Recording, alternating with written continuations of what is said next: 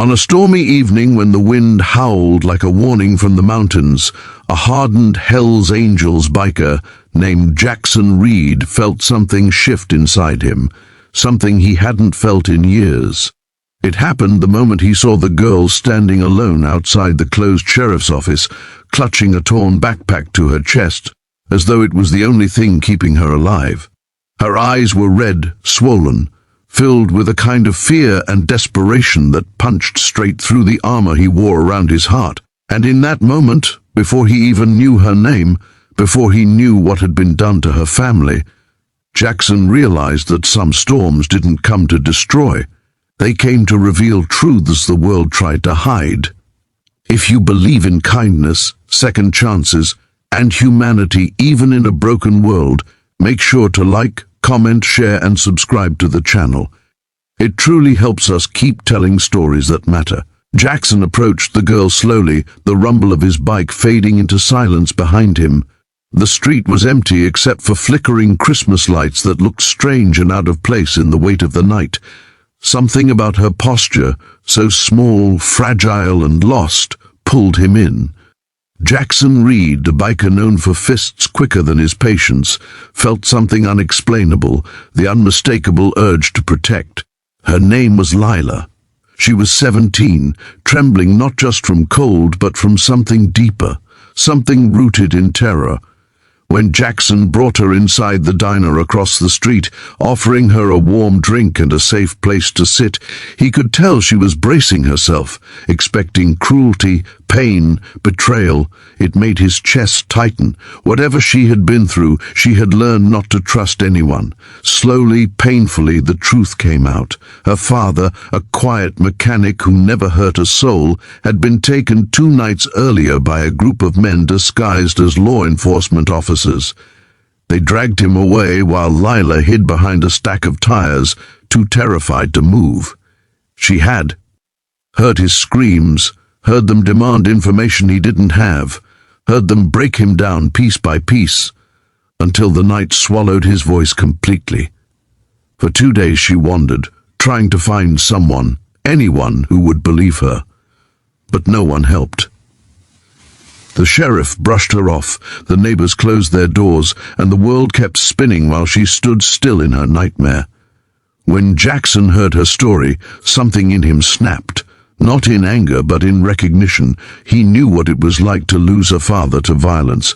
He knew what it was like to be ignored, dismissed, forgotten by the people who swore they would serve justice.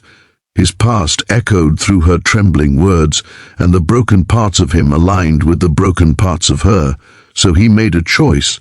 Without hesitation, Jackson Reed vowed, to her and to himself, that he would find her father, no matter what it took.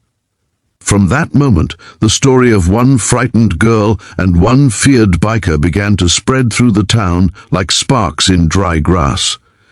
People watched as Jackson tore through abandoned warehouses, questioned dangerous groups, and pushed past every boundary he had once respected. He fought his way through the underworld he thought he had left behind. He confronted demons, his own and theirs, and every night he returned to Lila to update her, comfort her, reassure her. Somewhere along the way, their pain became intertwined, forming a bond deeper than blood. But the truth he uncovered was far darker than he imagined.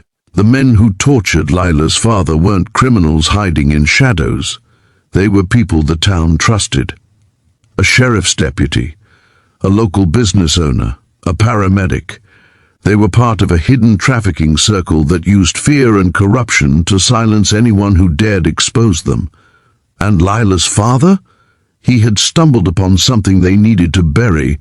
When Jackson finally found him, chained inside a forgotten cabin on the outskirts of town, the sight nearly brought him to his knees. The man was bruised, starved, barely conscious, but alive. Barely.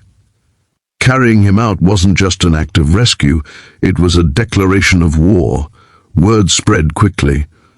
By the time Jackson roared back into town with Lila's father on the back of his bike, the people who once ignored her were forced to face the truth. And the Hells Angel, who the town feared for years, became the very man they now depended on. But the story didn't end there. As Lila's father slowly recovered, the community finally woke up. People spoke out. The corrupt ring was exposed. Arrests were made. Justice, real justice, found its way through the cracks. And through it all, Jackson remained by Lila's side, protecting her with a loyalty she had never known from anyone outside her family. One evening, as snow began to fall across the battered town, Lila stood beside Jackson outside the hospital where her father was healing. She looked at him with gratitude that no words could describe. She told him he had changed everything, not just for her, but for everyone who hid their pain in silence. And Jackson, who once believed he was incapable of kindness, felt a warmth fill a heart he thought was long dead. He realized he had saved more than just a life. He had saved the last piece of himself. If this story touched your heart even a little, please like, comment, share, and subscribe. Your support helps these real and emotional stories reach more people. Special request: before you continue, comment one word that describes how this story made you feel. As winter settled across the town, people began placing lanterns outside their homes, symbols of hope, light, and resilience born from a single act of courage. And among all the lights that flickered in the cold night, one shone brighter than the rest, the one inside Jackson Reed, the biker whose compassion shook an entire town awake. That winter they learned that heroes didn't always come wearing badges or uniforms. Sometimes they arrived roaring on two wheels, carrying broken people toward the light, one rescued soul at a time.